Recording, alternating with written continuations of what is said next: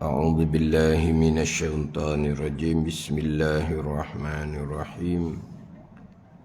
الحمد لله رب العالمين، والصلاة والسلام على سيد المرسلين وعلى آله وصحبه أجمعين. رب اشرح لي صدري ويسر لي أمري واحلل عقدة من لساني يفقه قولي.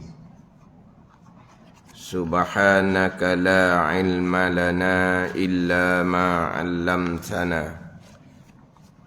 إنك أنت العليم الحكيم.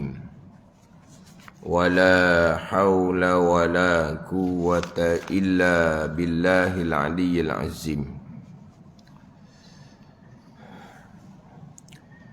Kitab Hidayatus Sibyan, muka surat 4 baris ke-16 daripada atas. Muka surat 4 baris ke-16 daripada atas.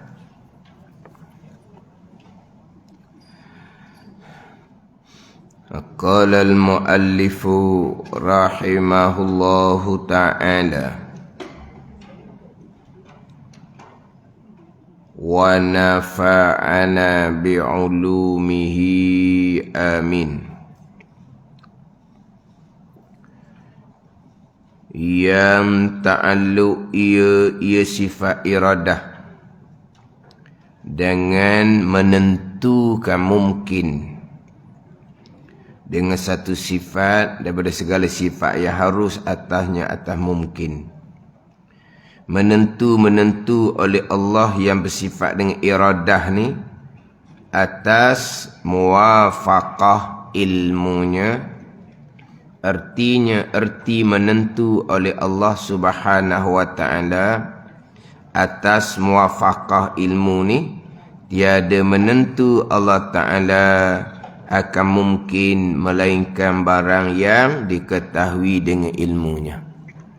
Kita ni di sifat yang ke-8, sifat iradah. Kalau silap itunya bermula daripada bulan 6, kan? Bulan 6. Habis tahun ni setengah tahun. Setengah tahun bicara sifat iradah. Setengah tahun bicara sifat iradah. Pergi kepada ta'alluq iradah, fungsi, tugas, hijaan sifat iradah. Iradah sifat yang ada di zat Allah Subhanahu wa ta'ala. Allah yang bersifat dengan iradah ni, apa ta'alluqnya? Menentukan. Itu ta'alluq iradah, dipanggil ta'alluq takhsis. Kha-sat ya sat, takhsis, menentukan. Allah bersifat dengan sifat iradah, sifat yang ke-8 ni umumnya orang tahu belakalah, moga umumnya tahu bilang sifat 20. Tahulah umumnya boleh bilang sifat 20. Sifat yang ke-8 sifat iradah, umumnya berpegang Allah bersifat dengan sifat iradah. Allah bersifat dengan sifat kudrah, bersifat dengan sifat iradah, bersifat dengan sifat ilmu, hayah, sama, basar, kalam. Memang umumnya berpegang Allah bersifat dengan sifat iradah. Yang hok lama duduk bicara ni bukan sifat iradah, ta'alluq bagi sifat iradah. Yang kita bicara sekarang ni umum, semua berpegang Allah bersifat dengan sifat iradah. Tanya siapa pun orang Islam ni, Allah bersifat dengan sifat iradah, mesti anggap belaka. Ta'alluq sifat iradah Allah yang bersifat iradah ni menentukan. Menentu akan apa? Tu takluk dia pula tu. Hak ni lah. Hak nak panjang bicara, hak ni lah hak rukun iman yang keenam. Qada takluk iradah. Qadar takluk kudrah. Jadi rukun iman keenam ni bicara takluk iradah, takluk kudrah. Ini yang kita fokus sekarang ni. Apa dia qada? Ketentuan azali. Itu hak umum kita pandai sebut juga ni. Qada ketentuan azali. Qadar perbuatan Allah yang bersifat dengan kudrah. Keesaan Allah pada perbuatan. Bunyi sini luluh belaka mudah je. Bunyi sini. Tapi kalau letak molek,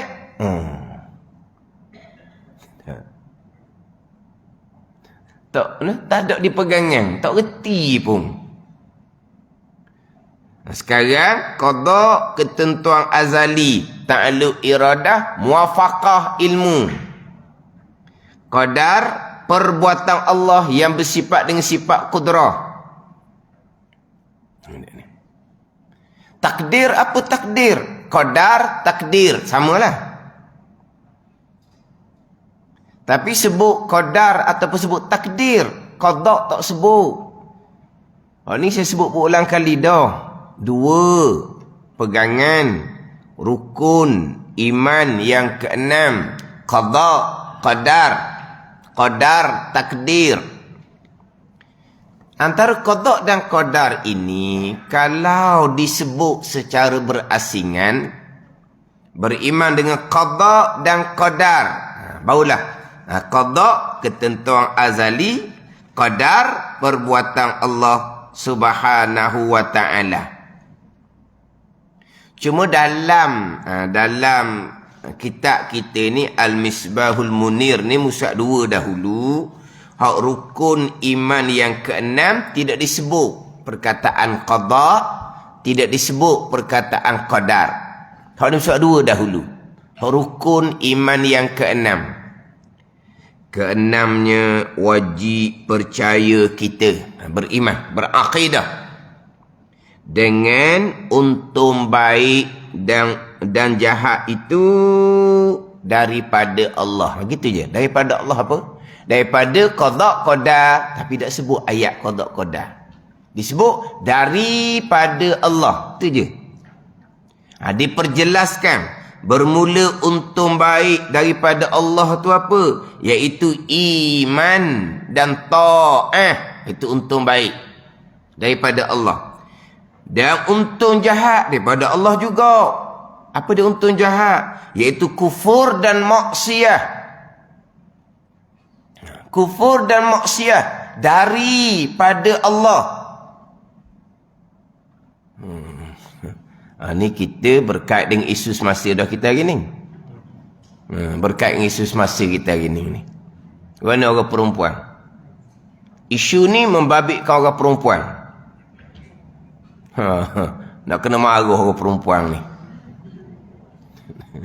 Orang lelaki pun samalah. Tapi isu sekarang membabitkan orang perempuan. Sedar tak orang perempuan? Sedar tak? Suami kamu di Kuala Lumpur tu kahwin satu lagi. Sedar tak? Mana pula ada suami kita di Kuala Lumpur? Jangan. Seorang tu berkahwin, ramalah isteri dia bunyi. Tu kata tanya, isteri kamu di Kuala Lumpur tu berkahwin. Dah ramah isteri dia. Ramalah tukar capur tangan. Bukan suami dia pun sibuk apa. Tu berkahwin 2. Tak apalah tu. Dia naik pula setangga lagi, curang. Hukum mana pula dia ambil suami berkahwin 2 curang? Curang ni buat maksiat. Curang ni buat maksiat. Suami simpang perempuan. Curang lah tu. Suami yang curang. Suami berkahwin seorang lagi, curang. Syarat membenarkan. Ada ni. Tak ada. Jadi hak berkahwin, curang. Kalau hak buat maksiat, okey pula. Ada biasanya tu. Suami dia tidak berkahwin yang kedua. Tapi suami dia liar. Ramai perempuan di luar. Dia tak risau. Jangan berkahwin je. Ada yang bersikap seumpama tu. Tak risau. Perangai dia dah, dia kata. Daripada belum berkahwin pun dia pesen tu dah. Janji jangan berkahwin, tengok dia yang kahwin yang kedua je. Ada.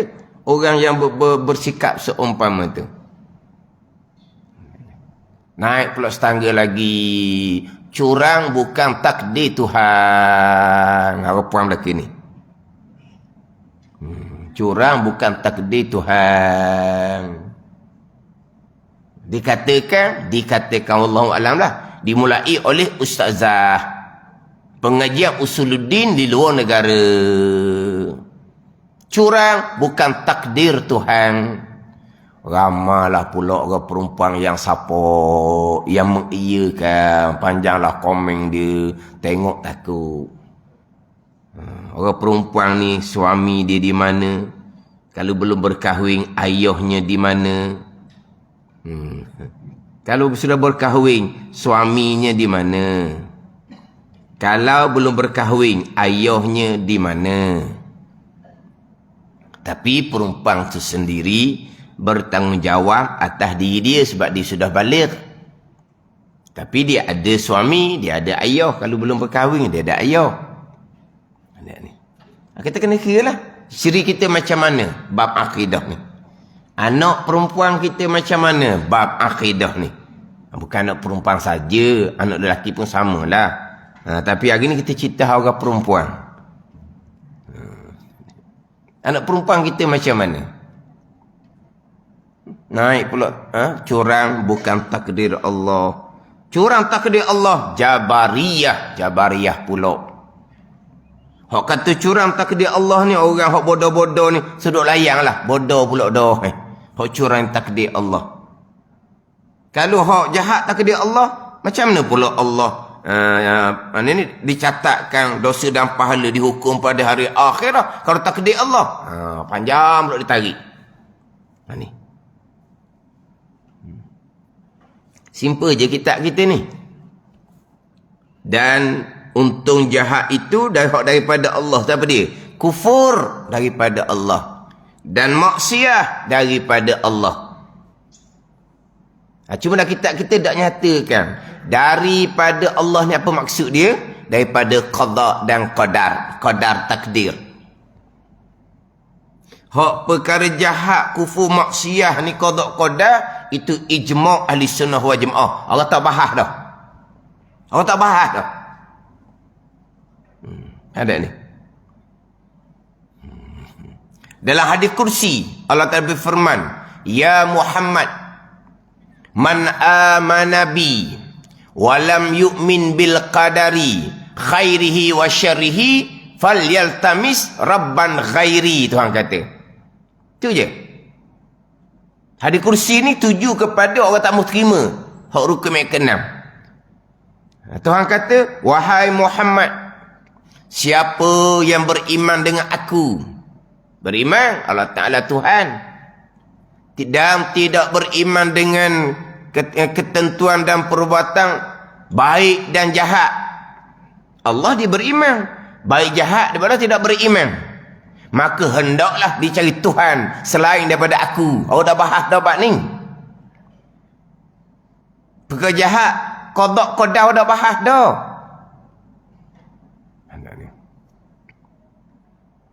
Tiba-tiba baik jahat, jahatlah fokusnya. Jahat qada qadar, jabariyah pula jadinya. Hak rukun iman yang kita kenal ni jadi jabariyah pula jadinya. Maknanya kalau berpegang hak jahat ni qada qadar, bodoh pula dipanggil. Hak yang kenal ni. Beriman dengan Allah, tidak beriman baik dan jahat tu daripada Allah Subhanahu wa ta'ala, cari Tuhan lain selain daripada aku, Tuhan kata.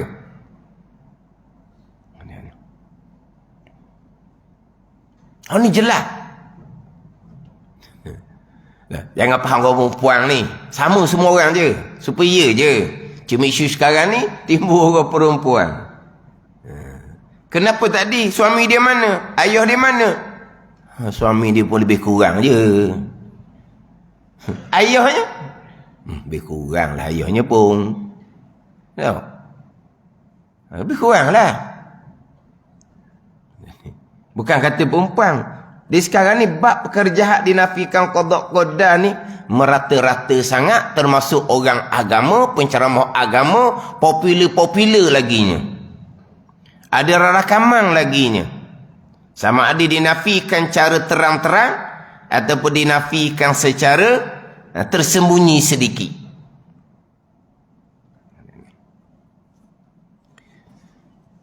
Hak elang minggu lepasnya, hak mutuk minggu ni. Qada Allah, reda Allah tidak berlaziman. Nak naik pula situ setangga lagi. Hak tu lagi lah. Kalau tak belajar dalam bab rukun ke-6 ni. Qada Allah, reda Allah tidak berlaziman. Makna apa?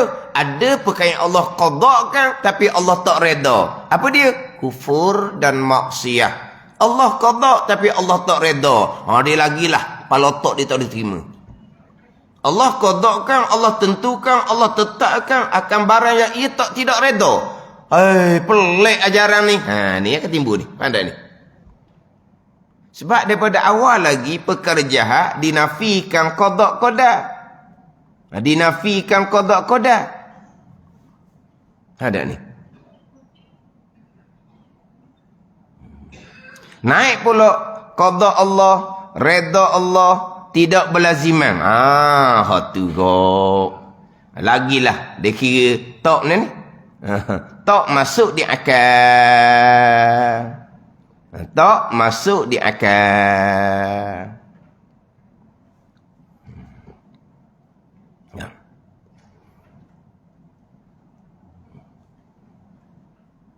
Allah qada.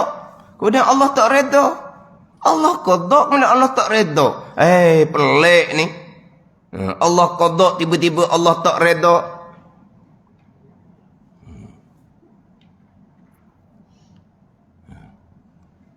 Nak naik setangga kita bicara minggu lepas tu.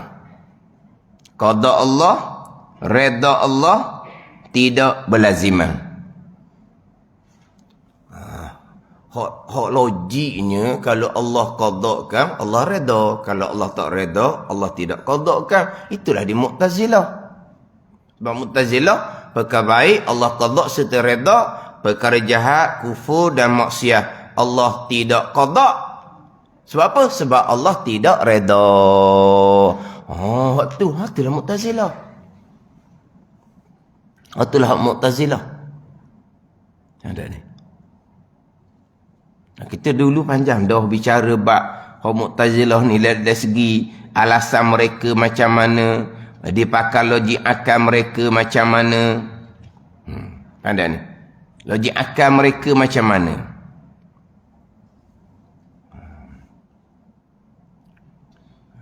Walaupun ayat Al-Quran, hadis Nabi sallallahu alaihi wasallam jelas. Jelas.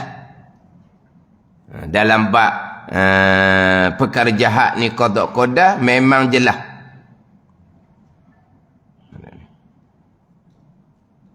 Tapi akal mereka tak boleh terima. Perkara jahat qada-qada akal mereka tak boleh terima. Walaupun jelas Al-Quran dan hadis Nabi. Sampai peringkat orang tanya hadis. Dalil-dalil. Dalil Quran hadis. Perkara jahat qada-qada. Mana dalil? Kita dalil Quran hadis tak pandai. Dah dalil hadis pun tak pandai. Dalil hadis pun tak pandai. Tak pandai macam mana?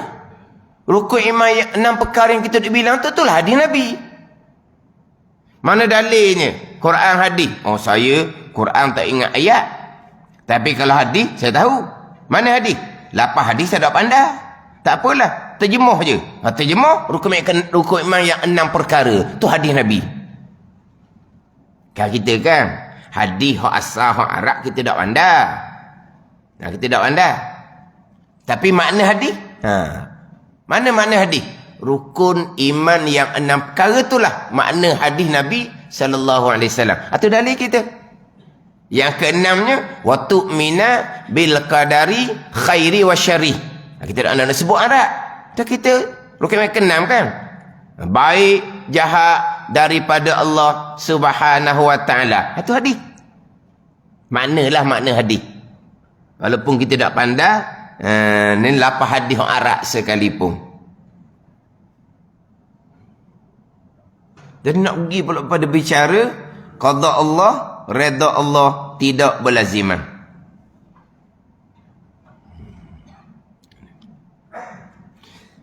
Dalam kitab kita daripada Allah. Tapi kita musak dua dahulu, dan untun jahat iaitu kufur dan maksiat, ambil molek situnya.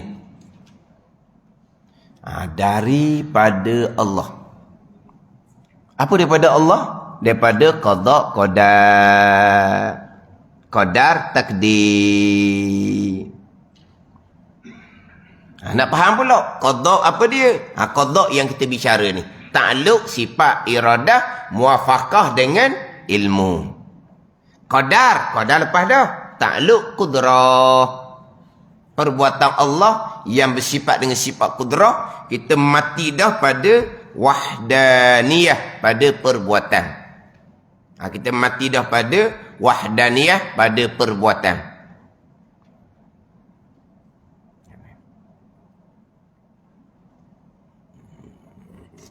Itu qadar. Qada kita bicara sekarang. Cuma disebut takdir saja, tak sebut qada. Ini saya sebut tadi kan, saya sebut dah berulang kali. Qada, qadar, takdir lain makna. Tapi kalau sebut satu, dua-dua makna, dua-dua pegangan sekali masuk. Faham tak ni? Qada satu, qadar takdir satu. Qada iradah, qadar takdir kudrah. Kita ambil jalanan Imam Asy'ari, Imam Maturidi. Hak iradahnya qadar, hak kudrahnya qada. Itu Maturidi. Tapi kita ambil jalanan Imam Asy'ari. Jadi bahagian qadanya yang kita bicara sekarang, takluk sifat iradah, qadar lepas dah, takluk sifat kudrah. Jadi dia ada dua pegangan di sini, qada dan qadar takdir. Kalau sebut dua-dua, makna dia masing-masing. Tapi kalau sebut kata qada sahaja, kamu sebut qada, kamu tak sebut qadar.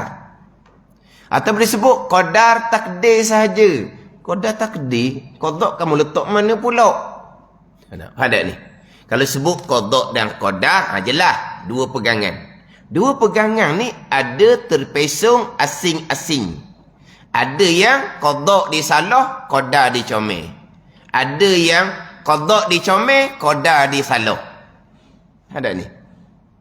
Ada yang terpesong dua-dua, qada pun disalah, qadar pun dia salah. Tapi apabila disebut qada, qadar tidak diiringi. Faham tak ni? Qada mana apa? Ketentuan azal, iradah dan perbuatan Allah kudrah.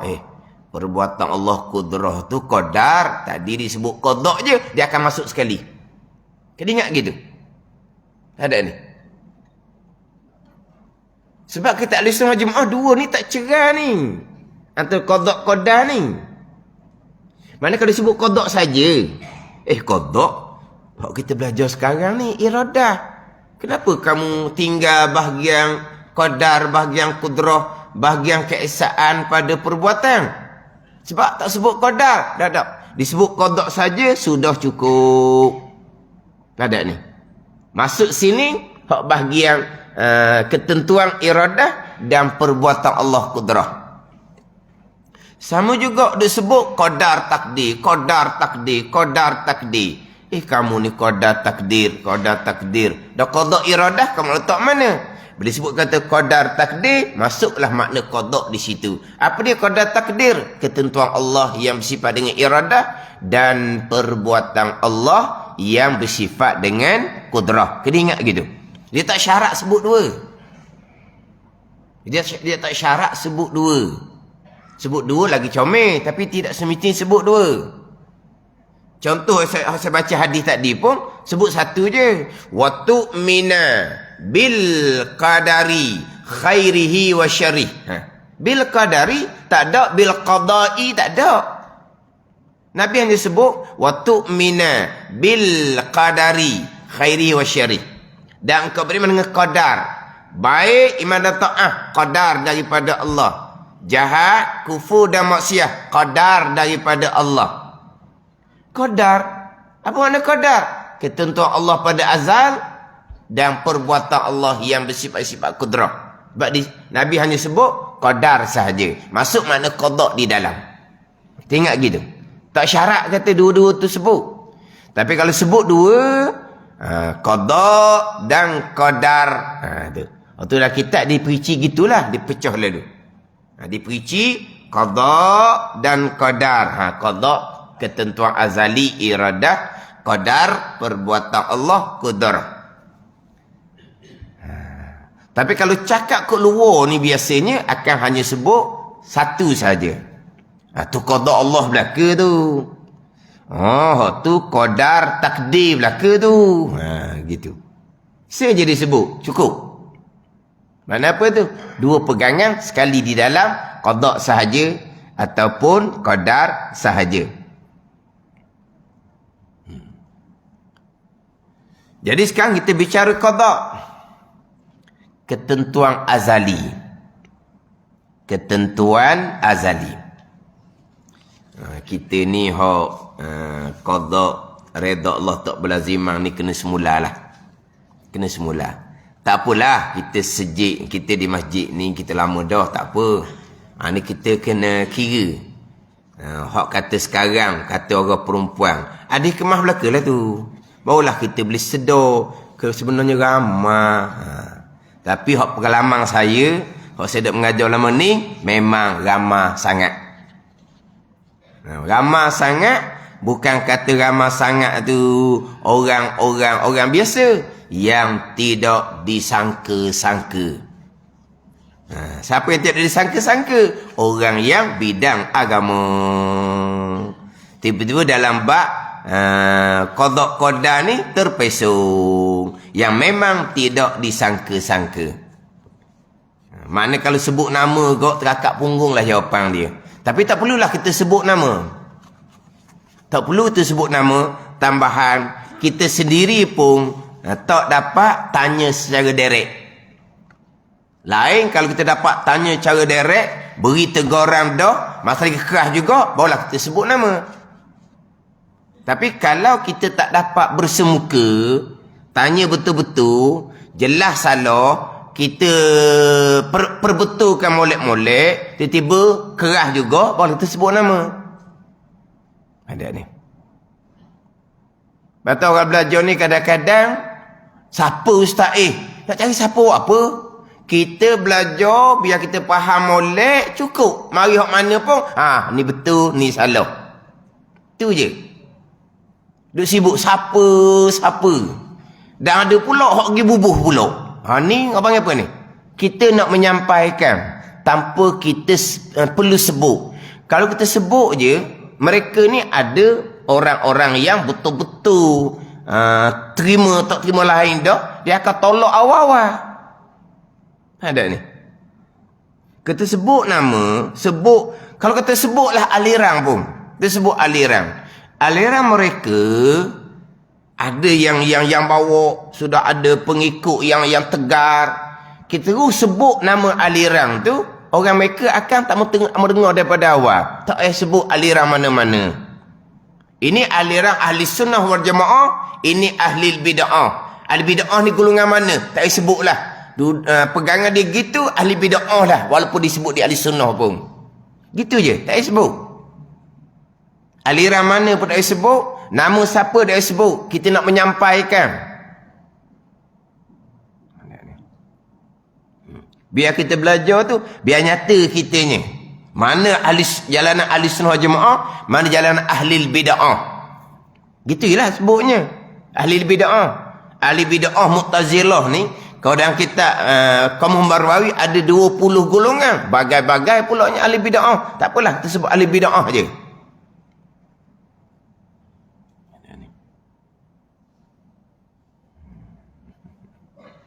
Sebab kalau sebut je aliran, sebut je nama, orang tak mendengar daripada awal.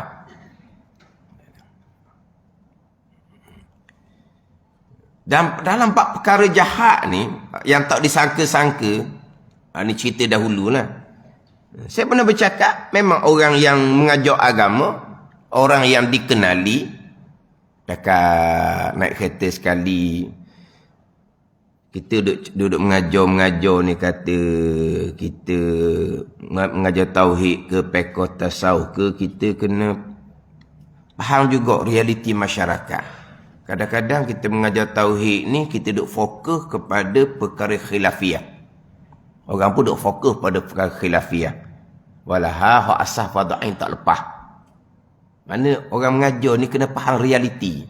Memang mengajar tauhid, mengajar kitab tauhid. Dan kitab tauhid ni banyak sebahagiannya fardu kifayah.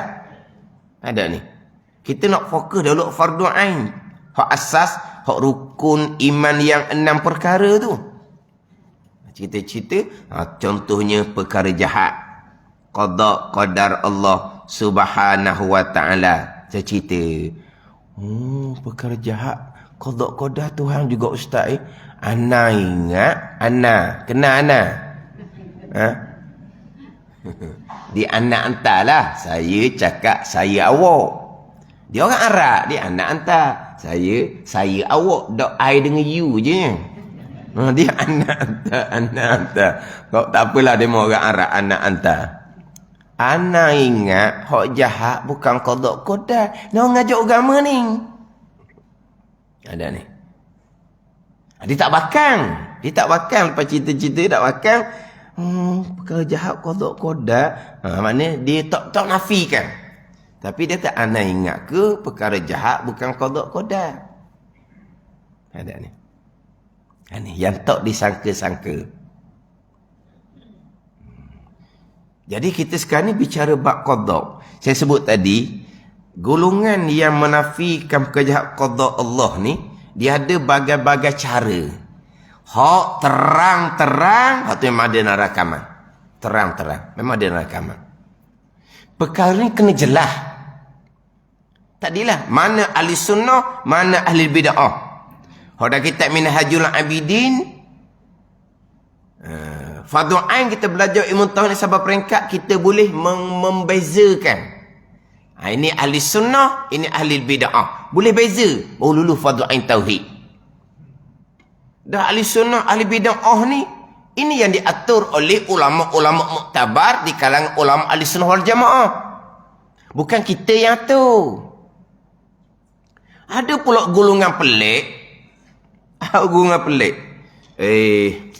Saya ni tak sukalah kalau kata pegangan tu pegangan kafir ke. Bukan suruh kamu kata, suruh kamu kenal mana pegangan kafir. Pegangan kafir ni yang telah diatur dalam kitab ulama muktabar. Bukan suruh kamu kata, nak suruh kamu kenal. Hak mana kau akidah yang kafir? Kena jelas lah. Allah tiada, kafir ke tak? Kafir, memang kafir lah. Allah ada, baharu, memang kafir lah. Allah ada, tapi binasa juga kemudian, memang kafir lah. Oh, tu memang jelas kafir. Oh, kafir lah. Sebab apa? Itu sifat mustahil. Lawang kepada wujud kidam bakar. Macam mana pula sifat mustahil lawan iradah? Nanti kita akan masuk sifat mustahil lawan iradah. Hak sifat mustahil lawan iradah.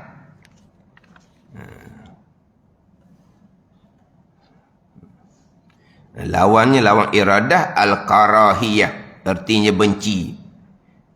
Ia yakni mengadakan sesuatu dengan tiada ditentu akan dia. Tu. Lawan kepada iradah. Karahiyah. Lawan pada iradah ni karahiyah dengan makna adamu iradati. Tiada kehendak Allah Subhanahu wa ta'ala. Allah mengada tapi bukan Allah kehendak. Itu sifat mustahil pada sifat iradah. Kalau pegang sifat mustahil, macam pegang sifat mustahil lawan sifat wujud kan. Sifat wajib wujud, pegang Allah tak ada, pegang sifat mustahil. Memang kafir. Sifat wajib kidam, dia pegang Allah baru. Memang kafir. Saya tak sedap nak hukum kafir. Memang kafir lah. Ada ni. Sama juga dengan pegang sifat mustahil pada sifat iradah. Ada ni. Lawan sifat iradah ni, ada perkara yang berlaku secara tabi'i, secara taklil, secara Allah lupa lala. Dengan bahawa Allah tidak kehendak. Ada ni. Itu sifat mustahil. Allah mengadakan, tapi barang yang tiada ia kehendak. Cuma ayat kitab tu dia kena baikilah. Yakni mengada sesuatu. Mengada ni bahagian kudrah. Sebab kita kudrah siap dah. Wahdaniyah pada perbuatan, kudrah siap dah. Keesaan pada perbuatan, semua Allah yang mengadakan. Allah mengada ni. Allah mengada. Dengan tiada ditentu akan dia. Ni. Hak Jawi tu dengan tiada ditenti jadi dah. Ditenti. Tenun teya kan. Nampak tak? Ditentu akan dia. Mana? Mu'tazilah. Perkara jahat Allah mengadakan. Tapi Allah tidak menentukan. Ini pegang sifat mustahil. Faham tak ni? Jadi hak mana pegangan kafir kena jelas. Kita tak maulah menghukum lain daripada ahli sunnah kafir belaka. Memang lain daripada ahli sunnah bukan kafir belaka. Ada hak kafir ijma' ulama, ada hak khilaf pada kafir, ada hak pasti lagi mubtadi'. Hak luar daripada ahli sunnah jemaah ni bukan kafir belaka. Qadariyah, Jabariyah. Pandangan utama tidak menghukumkan kafir. Tapi bukan ahli sunnah. Janganlah kita menghukum lain daripada sunnah kafir belaka. Ni orang tak mengaji. Orang tak mengaji ni kadang-kadang dia nak membicarakan juga dalam bab ni. Orang ni pun orang noh Kena jelas. Hak mana pegangan sifat wajib, mana hak pegangan sifat mustahil, hak jadi kafir, hak khilaf pada kafir, kena jelas. Apa lawan sifat iradah? Allah mengadakan dengan bahawa Allah tidak menentukan. Jadi perkara jahat Mu'tazilah berpegang Allah yang mengadakan tapi Allah tidak menentukan. Itu sifat mustahil bagi Allah. Allah mengadakan barang yang ia tidak menentukan. Hak sekarang ni pula hak jahat Allah mengada pun tidak, Allah menentu pun tidak. Tu lagi berat. Mana apa ni? Sifat mustahil bagi kudrah pun dia pegang, sifat mustahil bagi iradah pun dia pegang. Tu balik awal. Kena jelas tu. Ni kita ngaji sifat 20 ni. Mana sifat wajib, mana sifat mustahil.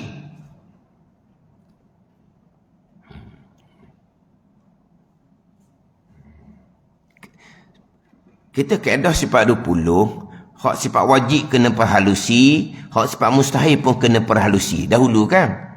Sifat wajib, wahdaniyah pada perbuatan. Sifat mustahil, berbilang pada perbuatan. Ni musyrikun, berbilang pada perbuatan. Ni musyrikun. Berbilang pada perbuatan, kita tak panjang lah. Berbilang pada perbuatan, keluar dua. Hak kan mutasir pada perbuatan, kan munfasir pada perbuatan. Kan munfasir pada perbuatan. Hak ni kafir ijma' ulama'. Ulama' ahli sunnah wal jemaah ijma' sepakat pegangan kan munfasir pada perbuatan ni mensyirikkan Allah pada perbuatan. Musyrikun ni kafir ijma' ulama'. Bukan kita yang menghukum. Kita yang mengajar sampaikan, yang belajar biar jelas molek. Baru lulus fardu ain. Mana pegangan yang kafir ni? Tu sifat mustahil tu. Dia pegang tu. Kejap pula sifat kudrah. Kena faham molek sifat kudrah. Kena faham molek sifat ajzung, sifat lemah. Lemah ni dengan bahawa Allah tak buat langit bumi. Allah buat langit bumi, Allah kuasalah. Tapi ada gak benda-benda yang bukan Allah buat, makhluk buat. Kalau ada benda yang bukan Allah buat, hak langit bumi je Allah buat, hak kecil-kecil Allah tak buat, berarti Allah lemah. Lemah pada tu. Pandai ni. Dan Allah kuasa maksud dia apa? Hak dia belaka. Dak Allah lemah. Ada satu benda, walaupun sebesar zarah, yang berlaku bukan Allah buat, berpegang Allah lemah dah. Tapi langit bumi kita pegang Allah buat. Hak kecil tu je kita pegang Allah tak buat. Berpegang Allah lemah. Itu mustahil gitu. Faham duduk belah. Sifat wajib kena faham, sifat mustahil kena faham. Ni kita bicara pula sifat iradah. Nanti masuk pula sifat mustahil sama sifat iradah. Saya akan pergilah pula pada hak kapik ijma' ulama' tu. Biar jelas, biar faham. Pandai pula duk tulis. Kita ni tak sukalah nak mengkapir-kapir. Siapa suruh kamu mengkapirkan? Belajar, biar kenal mana akidah yang kapir ijma' ulama'. Mana kau akidah yang khilaf pada kapir? Biar kenal molek. Kita nak kenal akidah ahli sunnah jemaah, nak kenal akidah ahli bid'ah ni. Hak sesat pun nak kenal juga. Hak tu fardu ain. Dia hak pesen-pesen gini ni, hak bicara hak kata dinafikan perkara jahat takdir Tuhan ni. Hak bak curang tu curang lah. Bak jahat ni bukan takdir Tuhan ni. Kalau buka FB, orang yang minat agama. Dalam FB tu ada sedutan rakaman nasihat agama. Nasihat agama. Nasihat pendek-pendek tu lah. 2-3 minit ada nasihat agama. Ada hak rakaman ustaz-ustaz mengajar nasihat agama. Hak tulisan nasihat agama. Banyaklah nasihat agama. Tak ada satu pun gambar lain. Tak ada. Tak ada FB dia gambar artis. Tak ada. Gambar sukan. Tak ada. Tak ada FB. Gambar itulah. Cuma perempuan ni adalah gambar bunga, gambar kuih tu tak apa lah tunya. Ada gambar bunga, gambar kuih tu adalah. Tapi lain daripada tu, ada nasihat-nasihat agama. Tapi fadha'in belajar ke dak dalam bab akidah ni? Tak belajar lah tu. Tak belajar. Jadi hak berkaitan perkara jahat ni, hak qada Allah Subhanahu wa taala ni, perkara jahat qada Allah. Ketentuan Allah. Ketentuan Allah ni, saya duk sebut panjang-panjang. Ketentuan, ketetapan, keputusan. Ada golongan yang memang direct. Direct. Perkara jahat bukan qada Allah. Direct. Allah hanya mengetahui. Tolak mengetahui, berpegang Allah jahil, sifat mustahil, atau kafir ijma' ulama'. Tapi tak ada lah orang berpegang Allah jahil. Allah mengetahui pekerjaan akan berlaku, tapi Allah tidak menentukan. Itu cara terang. Itu banyak dalam rakaman seumpama itu. Banyak dalam rakaman. Allah hanya mengetahui. Tapi bicara qada azali ni, ketentuan azali ni dinafikan. Ditolak. Bukan. Qada dia kata, tapi mengetahui, bukan menentu. Kita qada menentu pada azal, muafakah dengan mengetahui. Itu yang kita duk pegang. Tiba-tiba terang-terang dia ditolak. Perkara jahat Allah hanya mengetahui, Allah tidak menentukan. Mana mungkin Allah menentukan kekufuran dan kemaksiatan, kemudian Allah menghukum bubuh dan neraka. Zalim Allah gitu. Itulah Mu'tazilah. Lepas tu kita ahli sunnah wal jemaah sentiasa ulang, dimasukkan ke syurga dengan kurniaan Allah, dimasukkan ke neraka dengan keadilan Allah. Kenapa? Dimasukkan ke syurga dengan kurniaan, dimasukkan ke neraka dengan keadilan. Kenapa timbul dua ayat ni diulang-ulang? Dua-dua ni nak tolak Mu'tazilah belaka. Yang pertama Mu'tazilah, orang yang beriman soleh dimasukkan syurga bukan kurniaan, wajib atas Allah Subhanahu wa taala. Ada kurniaan kita balas. Kita di sunnah bukan wajib, kurniaan. Dimasukkan ke neraka dengan keadilan Allah. Dengan keadilan Allah. Kenapa? Sebab Mu'tazilah berpegang kalaulah perkara jahat tu qada Allah juga, ketentuan Allah, zalim Allah buat gitu. Dak ada hak dia. Bukan ada nak orang ni pun. Ada ni. Kata je lah. Keadilan dia. Barang milik dia. Manusia ni barang milik dia. Dia mengadakan. Lepas tu dia menentukan kufur. Lepas tu Allah pun neraka. Barang milik dia. Gitu je lah. Kalau hak jenis kakak tu kan. Dah jadi hal kening. Kita hak jenis tak semai ni. takdir Tuhan Allah nak pun neraka. Lah. Neraka lah kalau kamu tidak bertaubat kemudian. Kalau bertaubat kemudian, itu qada Allah pada azal. Kalau tak sempat bertaubat, mati dekat duduk semayang, itulah bahagian kamu. Nah, itulah bahagian kamu. Begitu neraka. Bahagian milik Allah. Allah menentukan kebaikan. Bersyukur banyak-banyak. Itu je. Ni tak boleh nak bahas panjang kot ni. Ni tak boleh nak bahas panjang. Sekat tu je. Dimasukkan ke neraka dengan keadilan Allah. Sebab nak tolak Mu'tazilah, kalaulah perkara jahat yang berlaku, qada Allah subhanahu wa ta'ala, zoling Allah, dah adil, barang milik dia. Zoling ni, kena faham makna zoling. Zoling ni retoh orang pada perkara yang tidak diizinkan. Macam kita. Kita retoh, kita guna mata kita. Milik Allah. Tengok perkara yang Allah haramkan. Zoling kita. Kita gunakan, kita retoh, kita gunakan lidah. Lidah milik Allah. Cakap perkara yang Allah haramkan. Zoling. Sebab kita retoh milik Allah pada perkara yang Allah tak izinkan. Zoling lah. Allah retoh milik siapa? Milik dia. Manusia milik dia. Syurga neraka milik dia. Lepas tu Allah nak retoh ke syurga kurniaan. Allah nak retoh neraka keadilan. Hak barang milik Allah subhanahu wa ta'ala. Kat tu je kita. Tak boleh nak panjang-panjang.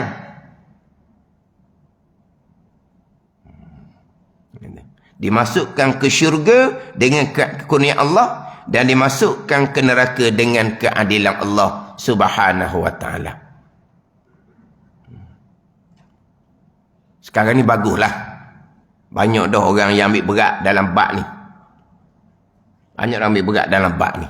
Sepatutnya perkara ni orang ada autoriti daripada dulu lagi dah. Yang saya sebut minggu lepas. Timbul polemik kenaikan harga barang takdir Allah. Maka timbullah pertikaian di kalangan orang agama. Orang ni kata takdir Allah, orang ni kata bukan takdir Allah. Pada ni. Polemik tu lama masa berjalan polemik tu. Mana orang ada autoriti. Perjelaskan betul-betul. Takdir Allah ke tidak. Betul salahnya kat mana. Tidak ada, senyap saja orang ada autoriti. Tak tahulah, takut bidang akidah ni bukan di bawah tanggungjawab mereka, tak tahu. Boleh dibiarkan. Kenaikan harga barang takdir Allah. Orang ni kata takdir Allah, orang ni kata bukan. Orang ni kata takdir Allah, orang ni kata bukan. Dan mana betul sebenarnya? Mana orang ada autoriti? Sebab ini dilihat oleh masyarakat umum. Dan akhirnya dia hilang begitu je. Mana yang sebenar, mana yang salah. Tidak ada. Pada ni. Orang berautoriti lah yang kena menjelaskan. Jangan biarkan. Ini tanggungjawab. Yang kita mengajar ni, beginilah mengajarnya. Cerita gini je lah.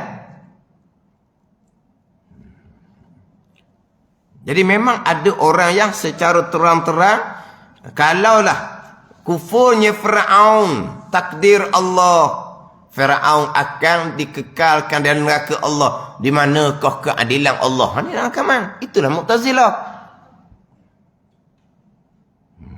Ada pula golongan yang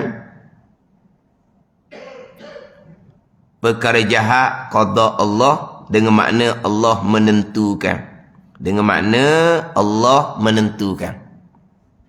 Tadi qada Allah mengetahui jua pekerjaan akan berlaku, Allah tidak menentukan. Ini Mu'tazilah.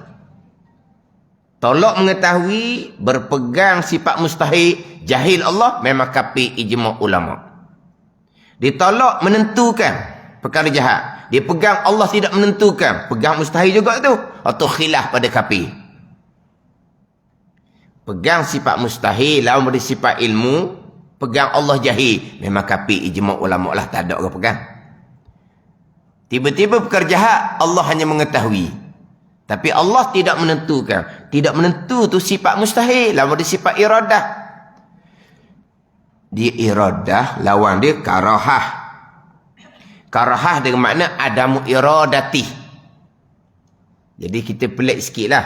Nanti kita bicara sifat mustahil. Kita perici sifat mustahil pula nanti. Lawan dia sifat iradah. Dia kudrah lawan iradah. Kudrah lawan ajzun. Pada ni. Ajzun perlu faham Ustaz. Ajzun tu lemah lah. Dah kudrah bahasa Arab. Ajzun lah bahasa Arab. Kudrah bahasa putih kata apa? Ajzun kita kemahin bahasa putih lah juga. Ni kudrah lawan lemah. Arab lawan Melayu. Tak apalah. Kudrah lawan ajzun. Ilmu lawan jahlun. Iradah lawan karahah dengan mana adamu iradati. Iradah lawan dia tidak kehendak. Pelik jadi gitu loh. Kalau kita kata kudrah lawan dia tidak kuasa. Bukan, lawan dia lemah. Tidak kuasa lah lemah tu. Ilmu lawan dia jahil. Bukan ilmu lawan dia tidak ilmu. Bukan. Jahil itu tidak ada ilmu lah. Tapi iradah lawan dia apa? Karahah dengan makna adamu iradati. Iradah lawan dia tidak kehendak. Jadi kalau berpegang Allah jahil, memang kafir ijma' ulama, dia berpegang Allah tidak kehendak, lawan dia iradah pada perkara jahat. Pegang sifat mustahil. Macam mana tu? Khilaf pada kafir. Ada ni. Kena jelas sifat mustahil tu. Jadi tadi tu tolak terang-terang. Perkara jahat Allah tidak menghendaki. Yang kedua saya sebut tadi, perkara jahat qada Allah. Allah menentukan. Macam ni. Tapi bukan Allah netap, bukan Allah mutuh, bukan tak boleh pilih orang lain. Jeng pula. Lepas tu saya pun ulanglah. Menentu, menetap, memutuskan. Menentu, menetap, memutuskan. Memutuskan makna menghukum. Sebab qada qadar ni hukum Allah. Allah memutuskan. Menentu, menetap, memutuskan. Sebab apa? Ada orang mengajar Allah menentu, tapi bukan Allah netap. Bukan kita tak boleh pilih orang lain. Kita nak pergi masjid, kita boleh pilih pergi masjid. Kita nak pergi tempat joget, kita boleh tempat joget. Kita bukan terikat. Memang Allah menentu. Tapi kita tak terikat. Allah pula. Ni berat lagi ni. Yang tidak menentu tu siap lalu dah. Tak ada Allah tidak menentu. Allah yang mengetahui. Allah menentu. Tiba-tiba kita boleh langgar ketentuan Allah. Ni lagi berat ni. Naik pula setangga lagi, Allah menentu, Allah menetap, tapi bukan Allah mutuh. Kata pening belaka ni. Menentu, menetap, memutuskan satu makna. Jadi kalau gitu, Allah menentu, Allah menetap, Allah memutuskan kok. Tak boleh lari dah kitanya. Dah, siapa kita nak lari? Dah kalau gitu, kalau hak jahat kok, neraka-neraka. Tu lah. Okey, main kenal. Lepas tu apa? Dan kita macam mana sekarang? Allah menentukan beriman. Itu sebesar-besar nikmat daripada Allah Subhanahu wa ta'ala. Jadi dia nak tolak qada kejahat ni, dia bagai-bagai cara. Tolak terang-terang. Allah menentu tapi tidak menetapkan. Allah menentu menetapkan tapi Allah tidak mutuh kita. Macam-macam. Peseng. Itu bukan belaka. Allah menentukan baik, baiklah. Allah menentukan jahat, jahatlah. Allah menentukan syurga, syurgalah. Allah menentukan neraka, neraka. Lepas tu, tak berubah dah lah. Siapa nak ubah? Ada Tuhan lain yang boleh ubah? Kita ubah. Kitalah Tuhan. Ni tak kenal Tuhan ni, faham tak ni? Dah. Kita sekarang bicara sifat 20. Kita bicara sifat 20 ni bicara permulaan agama. Mengenal Allah Subhanahu wa ta'ala. Awaluddin ma'rifatullah. Awal agama mengenal Allah. Ini kewajipan kita mula-mula ni.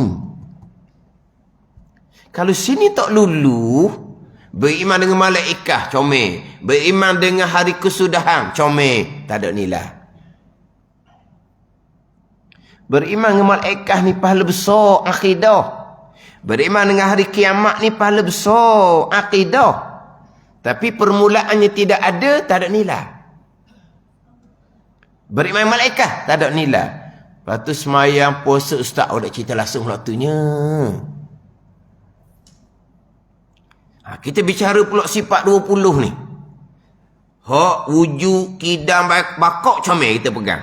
Ni bicara bab kudrah iradah ni. Qada qada ni comel kedau. Salah sini, kufur sini wal iazabillah, hak wujud kidam bakok tu tak ada nilai dia pegang. Ada ni.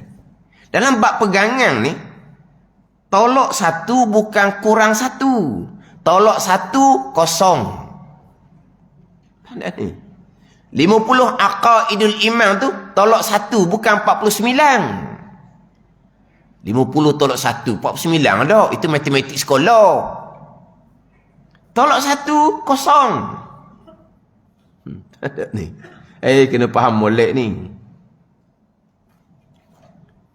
Lepas tu saya biasa sebut. Kalau kata bab pekoh, Allah selama ni kena puasa dia tak betul. Kau tak puasa lah. Semayang tak jejah. Zakat dia tak jejah. Haji dia tak jejah. Dia pergi Mekah, balik Mekah, baru dia sedar. Rukun haji dia tinggal. Pergi semula lah Mekah. Dah semayang, puasa, zakat. Tak jejah tu. Ibadat lain tu. Hak kamu salah haji. Pergi buat semula lah haji kamu. Tapi kalau sah dalam bab mengenal Allah ni, satu je cukup dah. Tapi kalau mengenal Allah comel, hak malaikat pula tak beriman, kosong juga. Tapi sebelum nak cerita hak beriman malaikat ke apa ke, permula agama mengenal Allah, mengenal Rasul, mengetahui dan berpegang akan aqaidul iman yang 50. Sebab itulah golongan yang menafikan kaedah sifat 20 ni, setakat saya jumpalah, betul Wallahualam lah. Kalau mereka pergi bicara dalam bab qada qada yang kita bicara sekarang, tak lulu. Siapa mereka sekalipun, tak lulu. Disiplin alam yang mengatur, macam-macam. Golongan dia menolak kaedah sifat 20. Cuma malang sekarang, golongan yang junjung kaedah sifat 20 dah. Tapi dia belajar macam mana tak tahulah. Tak lepas bahagian mengenal Allah Subhanahu wa taala sifat 20. Tak lepas sifat 20 ni. Ni kita baca sifat 20 ni. Hak fardhu ain bukan dalam tinggi bukan ni.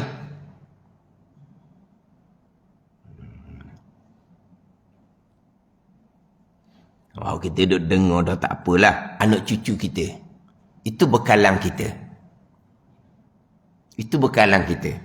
Kalau anak cucu kita tak ada penolak agama ni, tak ada lah. Tak ada bekalan kita, tak ada. Semayang tak tinggal, tak ada nilai.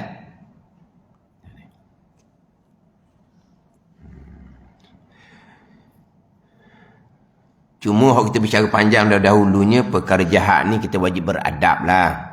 Jangan kita menyandarkan kepada qada qada. Tu adab percakapan. Tu kena jagalah. Cuma sekarang ni kita sederhana saja. Ada orang yang ketakutan untuk menceritakan pekerjaan ni qada qada. Ada. Hak tadi mereka yang melampau tolak pekerjaan qada qada. Ada orang yang dia takut nak menceritakan pekerjaan qada qada. Jangan duk tanya panjang dia kata. Kena perinci. Sekarang tak kena perinci. Ni kita dah majlis ilmu. Cakap kat luar memang diharamkan menyandar perkajak pada qada-qada. Kita jangan pilih ilmu. Kita wajib kena mengajar biar terang molek. Biar nyata molek. Jangan takut-takut. Jangan takut-takut. Ada yang seperti ketakutan. Perkara jahat sudahlah. Jangan duk perici sangat. Udah nak bunyi jahat ni kata. Kena sebutlah. Jahatnya apa? Perici. Berjudi, minum arak, berzina, membunuh, merampok, merogoh. Perici sebut. Tu hak berlaku di Gaza tu. Zionis laknatullah tu. Buat kerja sejahat-jahat perbuatan, hukum agama, hukum dunia, semua dilanggar belaka. Sehabis-habis jahat manusia. Kata Allah lah. Tu jahat manusia. Jahat jin pula. Kata Allah lah. Tu jahat jin, syaitan pula, iblis pula. Lah. Kena perici satu-satu. Sebut jahat saja ni kadang-kadang dia tak faham. Jangan takut. Kena jelaskan. Ini majlis ilmu. Kalau kata dalam majlis ilmu ni bukan semestinya kita duduk atas meja masjid ni. Mengajar pada anak bini kita pun ilmu lah. Kalau kita nak perinci dalam FB pun ilmu lah. Nyatakanlah. Lepas tu peringat adab percakapan. Lepas tu ada orang tanya pula, dah kenapa pula pegangan lain, percakapan lain? Jangan ada soal lah. Hak pegangan tu pun dalil ayat Quran dan hadis. Hak percakapan pun dalil ayat Quran dan hadis. Hak pegangan ayat Qurannya apa? Qul kullum min indillah. Kata ulama ya Muhammad, semua perkara daripada Allah Ta'ala. An-Nisa 78. Itu pegangan. An-Nisa 79 pula, ma asabaka min hasanatin faminallah wa ma asabaka min sayyi'atin famin nafsi. Apa-apa kebaikan yang berlaku pada engkau ya Muhammad daripada Allah, apa-apa keburukan yang berlaku pada engkau ya Muhammad datang dari diri engkau sendiri. Itu adab. Ada ni. Jadi kita berpegang hak Tuhan belaka baik jahat. Hak percakapan yang baik daripada Allah, yang tak baik datang dari sendiri. Itulah akidah Al-Quran. Itulah adab percakapan berdasar pada Al-Quran. Kalau hadis pula, hadis hak rukun iman itulah. Wa tu'mina bil qadari khairihi wa syarih. Baik jahat itu pegang kita, qada Allah Taala. Dari segi adab percakapan dalam hadis Muslim, doa kunut Nabi sallallahu alaihi wasallam. Doa kunut ni bukan satu doa je. Apa doa kunut Nabi? Wal khairu kul fi yadaik wasyarru laisa ilaik. Itu doa kunut Nabi. Kebaikan sekaliannya di sisi engkau ya Allah, dan kejahatan tidak disandarkan pada engkau ya Allah. Itu hadis. Pegangan baik jahat qada qadar, hadis hukum yang keenam. Baik daripada Allah, buruk daripada diri sendiri, itu hadis hak Nabi baca doa kunut.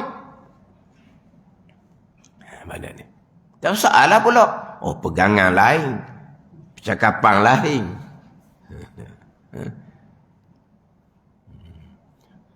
Apa yang berlaku ada hikmah dia belaka.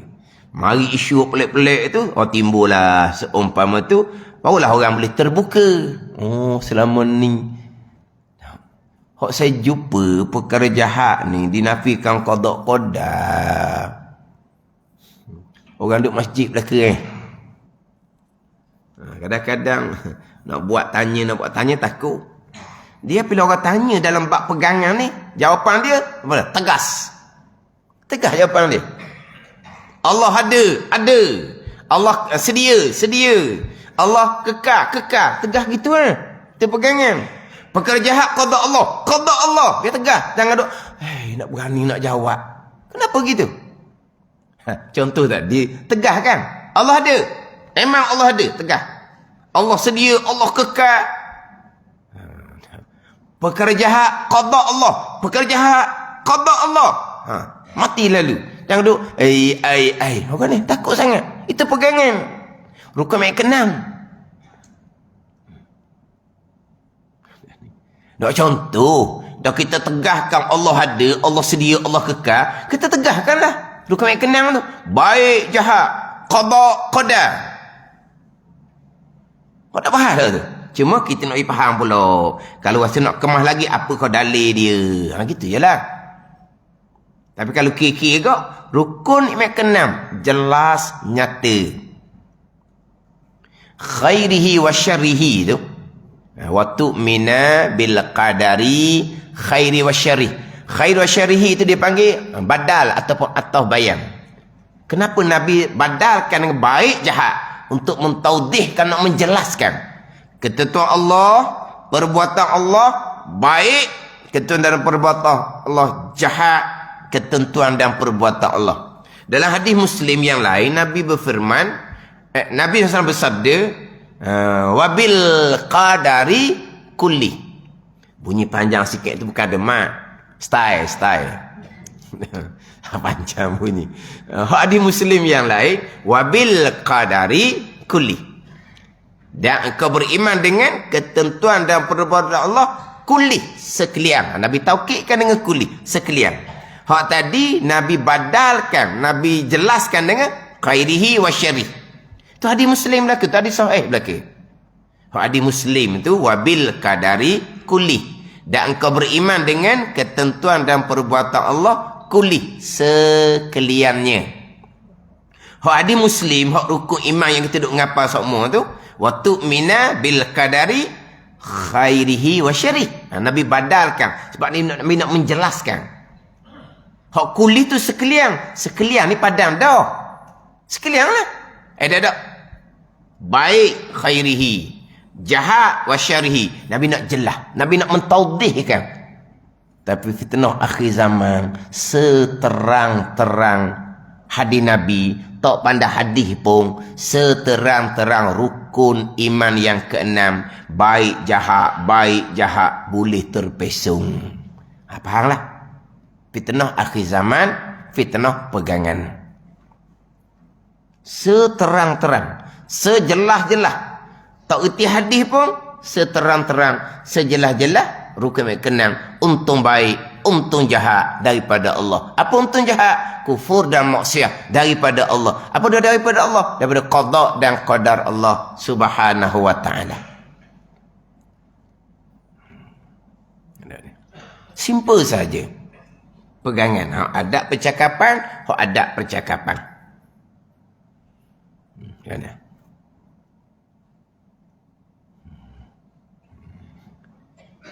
Jadi dia pergi pada macam-macam. Otak pakai otak kan. Kalau Allah menentukan jadi Allah berpahala, Allah berdosa, Allah berneraka pula. Jadi dia ni. Dia tak lagi terima tu.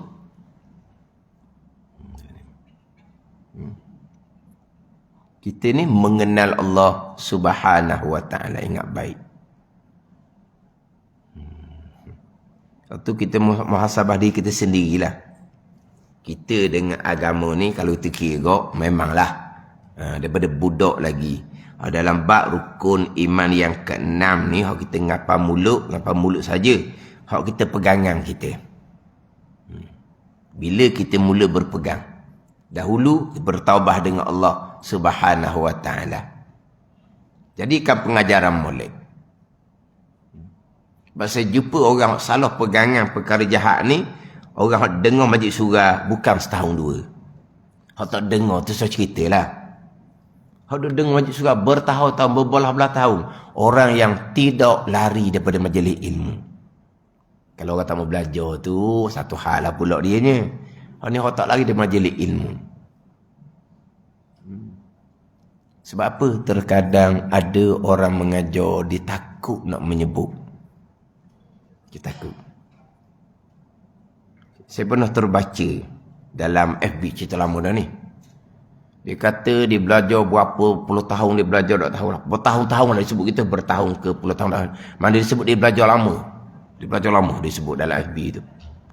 Dia kata Ustaz Wang lah. Yang kedua dia kata duk tekan perkara jahat qada. Yang kedua. Kok selama mana dia belajar tu. Dia ceritalah tu lama, dia cerita lama dah tu. Mana dia belajar tu memang lama lah. Dia macam dia belajar macam berbelah tahun gitulah.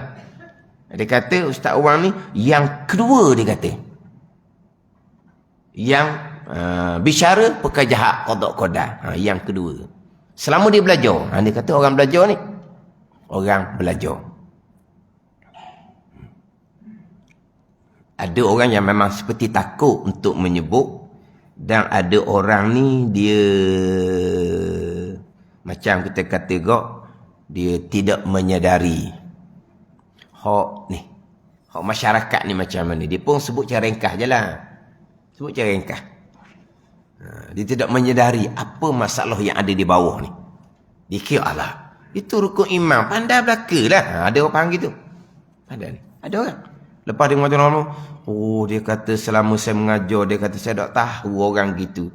Saya pun sebut dia tersebut cara. Baik jahat. Qada. Dia pun stop. Dah. Payah apa? Hukum iman je. Dia pun banyak pergi pada hak mendidik kat fardu kifayah.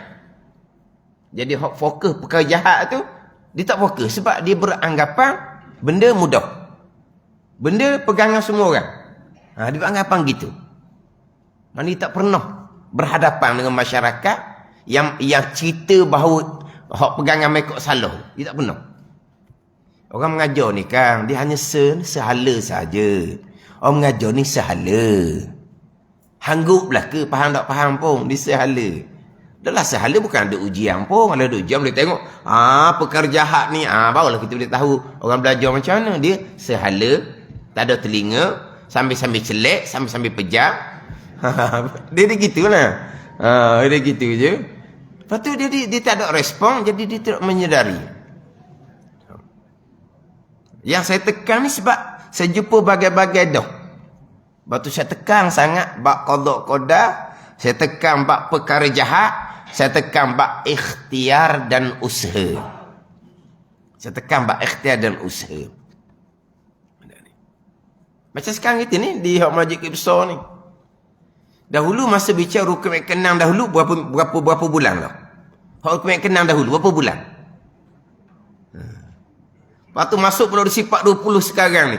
Ini iradah bulan 6. Dah kudrah berapa bulan? Wahdaniyah berapa bulan? Bukan kata masa bicara rukun yang keenam dahulu tu rekah. Tak rekah. Tak rekah. Panjang hak bicara rukun yang keenam. Berapa bulan tak tahu dulu. Tapi masa sampai bicara iradah ni perici pula. Baik, inilah pembicaraan rukun yang keenam. Ingat baik. Qada, iradah, ilmu. Qadar, kudrah. Tapak dia, wahdaniyah pada perbuatan. Mengesakan Allah pada perbuatan.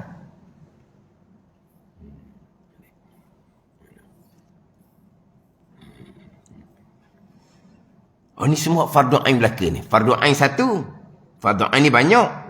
Ini fardu ain permulaan agama mengenal Allah Subhanahu wa taala. Fardu ain tauhid banyak. Beriman dengan malaikat, fardu ain. Beriman dengan hari kesudahan, fardu ain. Beriman dengan kesudahan, beriman dengan apa? Fardu ain kena orang. Beriman dengan berlakunya qiyamah, barzah, dibangkitkan kembali itu sekali yang kedua. Itu beriman dengan hari kesudahan. Fardu ain belaka.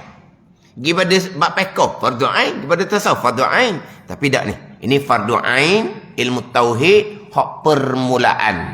Mengenal Allah Subhanahu wa ta'ala. Sekarang ni bukan kata tidak dititik beratkan hak hukum kenal ni. Kalau harap dalam TV, radio go digimari pula hak pegangan salah terang-terang. TV, radio berulang kali dah. Mereka bawa penceramah yang terang-terang bawa akidah salah. Diiyakan oleh DJ panggil? Bukan DJ dia panggil. Juru Pak sebelah panggil apa tu? Pengacara. DJ lah orang tak. Kalau radio panggil DJ. Ni dia panggil apa? Pengacara. Sama pula dengan pak acara. Sama naik. Dengan pegangan yang salah terang-terang. Lepas tu pihak radio ada pembetulan. Tidak ada pembetulan. Ini parah punya. Parah, fitnah, pegangan, fitnah akhir zaman.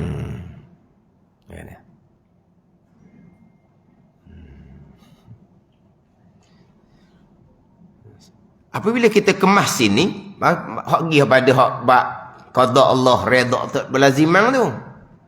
Bawa kemas, bawalah naik setangga.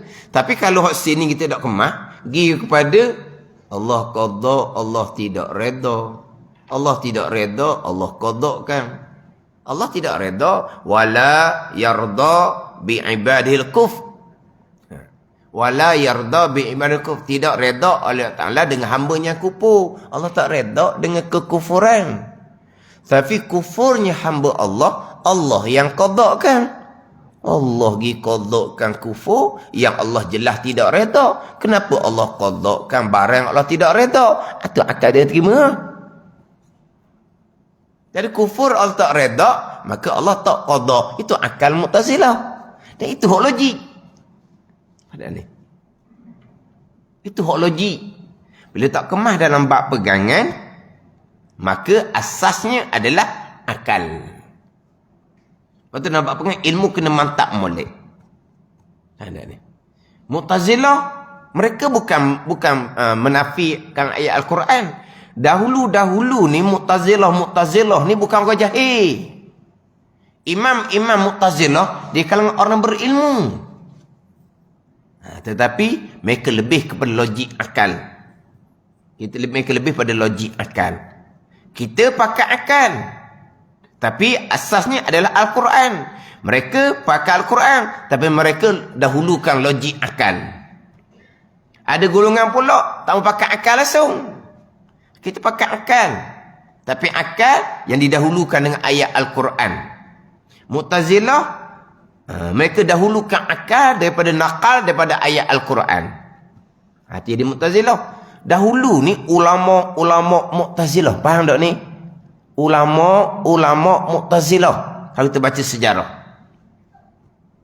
Masa Khalifah Mu'tasim, masa Khalifah Makmum, dia ada 2-3 khalifah tu. Yang ulama Mu'tazilah menguasai kerajaan.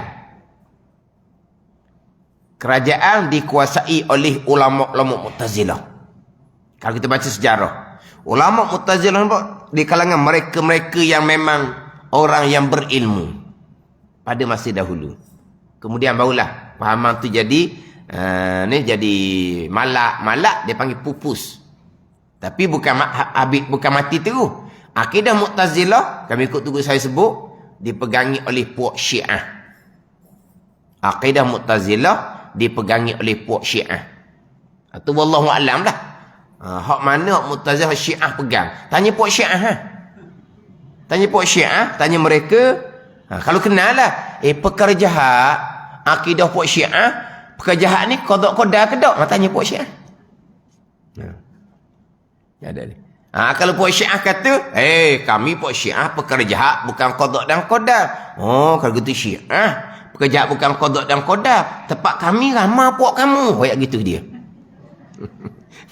Tempat kami ramah puak kamu. Puak Syiah kamu lah. Kalau begitulah.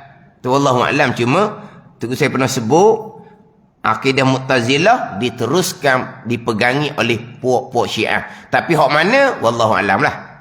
Kata-kata kalau kenal puak Syiah, tanya mereka. Pekerja yang berlaku kodok-kodar ke tidak? Cuba tanya. Tanya puak Syiah pula, macam mana pegangan puak mereka berkaitan ikhtiar dan usaha. Tanya puak mereka. Awak boleh tahu. Sebab tugas saya ni sebut cara kasar saja. Dia kata akidah Mu'tazilah dipegangi oleh puak Syiah kemudian. Kita nak kena kemah molek, ambil molek. Hak kita Hidayatul Sibian ni kita kecek. Sebab dia kita tauhid, lepas tu masuk pekoh pula. Jadi nak comel betul ni bab perkara jahat ni Faridatul Faraid. Faridatul Faraid. Comel. Bab perkara jahat masuk dalam Faridatul Faraid. Jelas di situ pegangan ahli sunnah macam mana, Mu'tazilah macam mana, ada percakapannya macam dalam kitab Faridatul Faraid. Ada ni. Jadi kita iklan minggu lepas tu, qada, reda tidak berlazimah, kita akan bicara semula lah.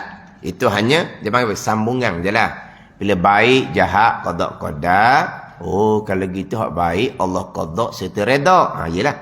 Hak jahat, kufur dan maksiat Allah qada tapi Allah tak reda. Yalah. Oh, jadi gitu kok, qada dan reda tidak berlaziman. Itu ayat dia gitu. Itu ayat kitab tidak berlaziman. Lain dia panggil. Kalau ayat bahasa Melayu baku kan. Tak sekarang ni qada reda ada hak sekali. Ada hak dak. Hak baik Allah qada serta reda.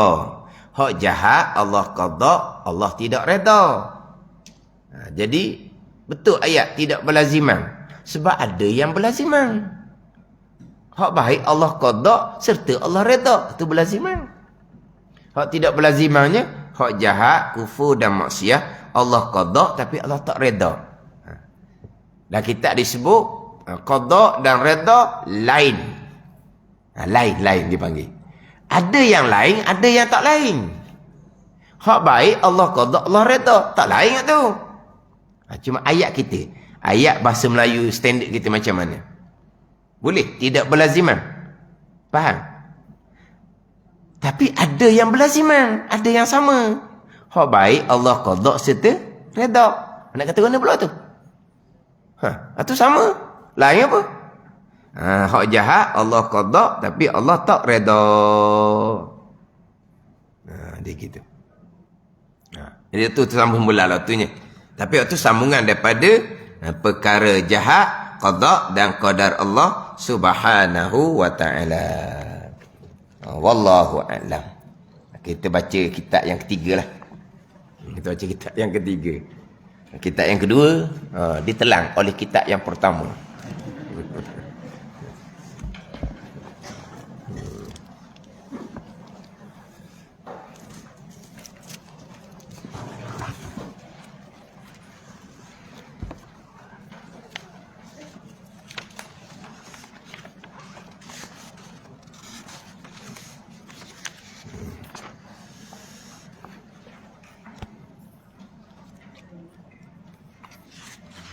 Ini kitab Hidayah, kitab Minhajul Abidin. Kita sambung di terjemahan muka surat 4, baris yang ke-6 daripada bawah. Baris yang ke-6 daripada bawah.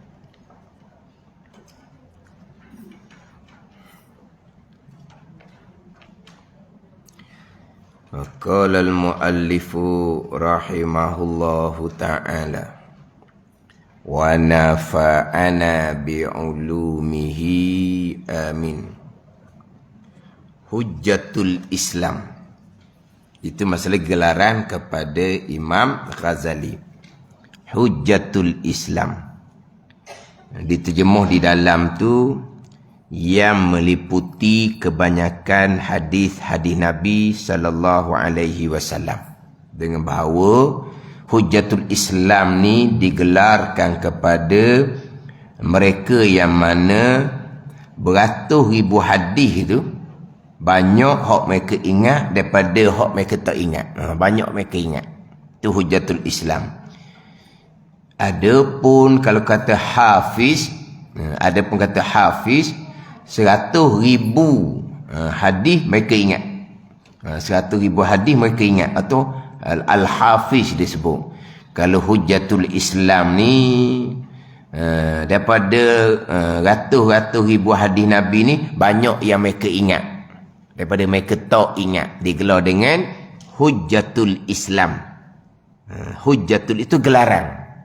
Hujjatul Islam ni dibuat kurungan tu yang meliputi kebanyakan hadis-hadis Nabi sallallahu alaihi wasallam, yang mana hadis Nabi hak ratus ribu tu banyak mereka ingat daripada mereka tak ingat.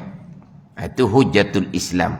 Ada pun digelar dengan Al-Hafiz, mereka ingat 100,000 hadis serta mereka ingat akan sanad dia. Itu dipanggil Al-Hafiz. Al-Hafiz Ibn Hajar Asqalani contohnya. Al-Hafiz di situ bukan hafal Quran. Al-Hafiz Ibn Hajar Al-Asqalani mana apa ni? Ingat 100,000 hadis serta dengan sanad. Hujjatul Islam ni hadis ratus ribu tu banyak yang mereka ingat daripada yang mereka tak ingat. Itu Hujjatul Islam digelar kepada Imam Ghazali rahimahullah. Ia menghiasi agama. Zainuddin yang menghiasi agama dengan karangan dan karyanya. Zainuddin, gelaran dia, lakab dia. Zainuddin bukan nama. Zainuddin ni yang menghiasi akan agama. Ni gelaran Zainuddin. Dengan karangan dia, kitab dia apa semua. Itu Imam Ghazali rahimahullahu ta'ala. Orang yang menghiasi akan agama dengan mengarang kitab, dengan menyampaikan agama. Bukan menghiasi dengan lampu terang, bukan ni. Dengan karangan-karangan kitab. Dia menghiasi akan agama. Yang mulia di dalam ini ummah. Dia yang mulia syaraful ummah. Yang mulia di dalam ini ummah. Mana ini ummah? Ahli agama. Dia kalangan ahli agama. Imam Ghazali dapat kedudukan yang tinggi di kalangan orang-orang yang ahli dalam agama. Masyhur Imam Ghazali. Ialah Abu Hamid. Ayah kepada Hamid. Abu Hamid ni pun, ini bukan nama lagi. Ini dia panggil kunyah. Abu Hamid. Kunyah dia. Abu Hamid. Nama, barulah Muhammad. Itu nama Imam Ghazali rahimahullah. Muhammad bin Muhammad bin Muhammad. Muhammad, nama Imam Ghazali. Bin Muhammad, nama ayah Imam Ghazali. Bin Muhammad, nama datuk kepada Imam Ghazali. Muhammad bin Muhammad bin Muhammad. Senang nak tulis. Orang kita pun gitu juga. Muhammad juga. Cuma dia tak Muhammad saja. Dia taklah letak Muhammad saja. Muhammad adalah sambungan dia tu kan, kita gitu kan. Ayah pun Muhammad juga. Muhammad adalah Muhammad Amin gitulah. Muhammad apa lagi? Kan banyak kan Muhammad tu kan. Biasalah kitanya. Cuma orang kita ni daklah kata Muhammad saja. Dak. Bukan Muhammad saja, Muhammad. Tak Muhammad saja pula kan. Ini orang kata zaman dulu ni. Hak tukang tulis nama kan bukan pandai tulis sangat. Nak nama apa? Nama Muhammad saja. Dia pun tulis Muhammad saja. Orang hak tu nak reti nulis, akhirnya tekan nama. Hak tu hak zaman dulu kan. Apalah nama pelik-pelik tukang nulis tu. Yang bernama pula dah pandai ABC. Dah pandai ABC. Ada saya pernah sekali masa tu tengah daftar anak. Dia nak daftar anak dia juga. Jadi yang ni orang pandai lah. Orang bahagian pendaftar tu dia tegur. Nama gini tak kena ni, dia kata. Awak nak nama apa anak awak ni? Dia pun beritahu lah. Awak dah eja gini. Yeah. Dia macam nak kerah. Hak pendaftar tu dia tengok ejaan ditulis tu tak betul. Jadi tanya balik hak ayah tu lah. Awak sebenarnya nak nama apa anak awak? Dia sebut awak dah eja gini. Oh, sambil dalam buku dia tegah. Dia nak pakai. Oh, kalau pun daftar tu tulis sungguh nama tu, tak ditukar dah surat beranak. Ingat baik tak ditukar. Ya tukar surat beranak. Saya tengok ejaan mana. Awak tak eja gini kata, salah eja gini. Dia kata dalam buku, salah. Awak eja gitu boleh, tapi sebutan tak macam awak nak tu. Sebutan saya tak ingat lah. Tapi sebutan tu jadi tak ada ubah nama gitu. Nama dia nak comel, tapi dia eja salah. Hak ni bapak sendiri. Hak ni pendaftar tu yang tegur. Orang dulu bapak royak nama lain, dia dengar lain, pendaftar pun tulis. Keluar nama pelik-pelik. Pelik-pelik. Orang dulu ke mana pandai ABC orang dulu. Jadi hak nama Muhammad ni, itu di antara nama yang lebih, nama yang dimuliakan oleh Allah Subhanahu wa ta'ala. Ada pada hadis Nabi SAW, Allah tidak akan mengazab hamba dia yang dinamakan dengan nama Muhammad kerana memuliakan Nabi Muhammad sallallahu alaihi wasallam. Atas kelebihan nama itulah. Kalau Muhammad tak semayang, kena azab lah juga. Jangan semata-mata nama. Oh, nama Muhammad tidak akan diazabkan oleh Allah kerana memuliakan akan Nabi Muhammad sallallahu alaihi wasallam. Cukuplah letak nama Muhammad Tak payah buat tuan suruh jadinya. Itu kelebihan dia. Makna dia beramal soleh. Itu kelebihan dia. Nama dia pula Muhammad. Itu satu kelebihan. Selebih-lebih nama adalah Abdullah, Abdul Rahman, Abdul Rahim. Itu hak di antara yang selebih-lebih nama pada ni. Lepas tu hak nama-nama lain lah hak yang diidafatkan, yang disandar kepada nama Allah. Abdul Qadir, Abdul Aziz. Kemudian barulah Muhammad, kemudian nama Ahmad, kemudian nama para anbiya, kemudian nama para ulama, kemudian nama para aulia. Kemudian namalah direkalah, ambil nama suami di separuh, nama bini di separuh. Apa benda sebutan pun tak tahulah.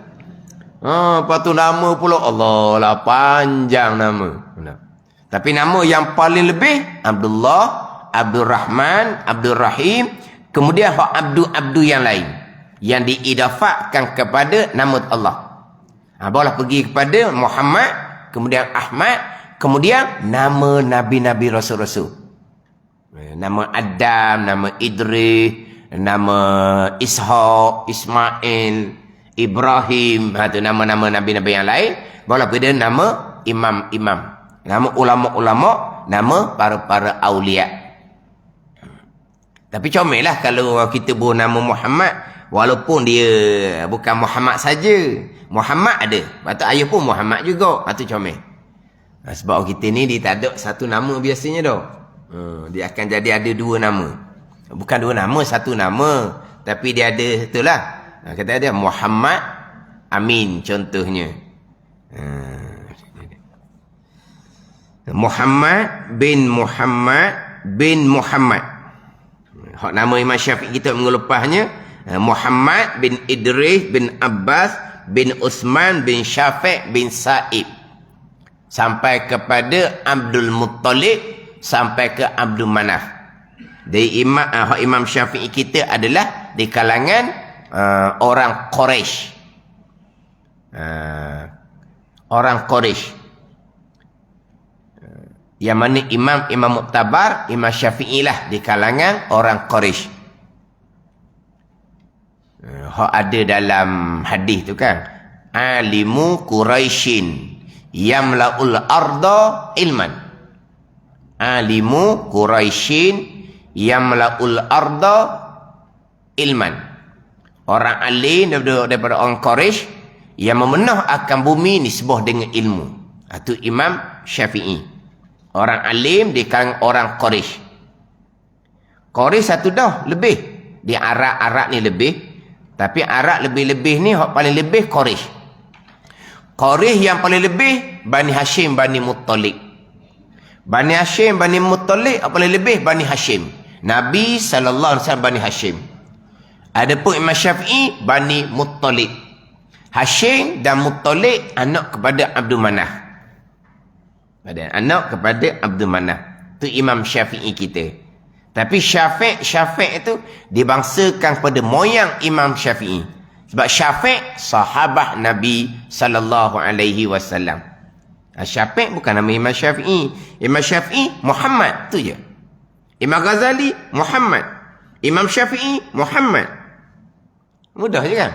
Muhammad bin Idris bin Abbas bin Uthman bin Syafi' bin Sa'ib. Syafi' itulah sahabat Nabi sallallahu alaihi wasallam. Al-Ghazali At-Tusi Al-Ghazali, yang dibangsakan kepada kampung yang bernama Ghazalah. Nama kampung nama Ghazalah. Macam An-Nawawi, itu dibangsakan kepada kampung Nawa, satu qaryah di Dimashq, di Syria. Itu Nawawi. Nama dia Yahya bin Syaraf An-Nawawi. Nawawi itu nama kampung. Ghazali nama kampung. Ghazali yang dibangsakan kepada kampung Ghazalah. Nama kampung Al-Ghazali. At-Tusi, dia ada kurungan tu. Nisbah kepada Tus. ia nama satu kampung di Naisabur. Jadi Ghazalah nama kampung, At-Tus tu nama bandar. Kampung Ghazalah Al-Ghazali. Al-Tusi tu nama bagi bandar. Sini tu nama bagi satu kampung, nama bagi satu bandar di Naisabur. Di bandar ni nak beza dengan kampung. Bandar ni tempat yang ada qadi, ada hakim, ada mahkamah, atau dia panggil bandar. Di Tus ni satu bandar. Semoga Allah Subhanahu wa ta'ala, ni doa, qaddasallahu ruhahu, tu doa. Semoga Allah membersihkan ruhnya, ruh Imam Ghazali rahimahullahu ta'ala. Ini doa lah. Qaddasallah. Mudah-mudahan membersih oleh Allah Subhanahu wa ta'ala akan ruhnya, ruh Imam Ghazali rahimahullah. Dan mengangkat darajahnya, darajah Imam Ghazali dalam syurga. Ini doa. Mudah-mudahan Allah Ta'ala mengangkat darajah Imam Ghazali di dalam syurga. Ini doa ni daripada murid dia lah. Murid Imam Ghazali, Abdul Malik bin Abdullah, yang mengarang kitab Minhajul Abidin, diimlakkan oleh Imam Ghazali. Imam Ghazali merencanakan baca, anak murid Imam Ghazali, Abdul Malik ni yang mencatat. Jadi doa ni doa catatan daripada anak murid Imam Ghazali, dan mengangkat darajahnya di dalam syurga. Akan ini kitab. Akan ini kitab. Dia akan ini kitab ni dia jadi maf'ulun bih kepada merencana. Hak Arabnya amla alayya, merencana, membaca atasku. Merencana akan ini kitab. Itu dia maf'ulun bih dia. Jauh tu daripada atas. Kan dahulu kan asal dia tu kan. Telah merencana dan membaca kepada aku oleh guruku. Guruku tu Imam Ghazali. Telah merencana akan ini kitab. Akan ini kitab yang ringkas. Yang ringkas. Kitab yang ringkas. Yang bernama Minhajul Abidin. Kitab Minhaj ni kitab yang ringkas dipanggil. Kitab yang panjangnya macam kitab Ihya Ulumuddin. Dia kitab Ghazali. Yang masyhurnya satu kitab Ihya Ulumuddin, satu Minhajul Abidin. Jadi Minhajul Abidin ringkas lah nak banding dengan kitab Ihya Ulumuddin. Tapi ringkas pun kalau kita belajar ilmu tasawuf fardu ain, ni sudah pertengahan dah ni, lebih dia fardu ain dah dalam kitab Minhajul Abidin ni. Ada ni. Fardu ain permulaan betul-benarnya penawar bagi hatilah. Atau betul-benarnya. Jadi Minhajul Abidin ni dia sudah pertengahan. Tapi disebut ringkas lah. Tidak sepanjang kitab Ihya Ulumuddin. Dan ini kitab Minhajul Abidin ni ialah akhir kitab yang dikarang oleh beliau. Kitab yang terakhir yang dikarang oleh Imam Ghazali. Yang mana seolah-olah kitab Minhajul Abidin ni menjadi khulasah kepada kesemua kitab-kitab Imam Ghazali yang terdahulu. Kitab yang terakhir. Kitab yang terakhir yang dikarang oleh Imam Ghazali rahimahullahu ta'ala. Dan tidak pinta. Tidak minta. Dan tidak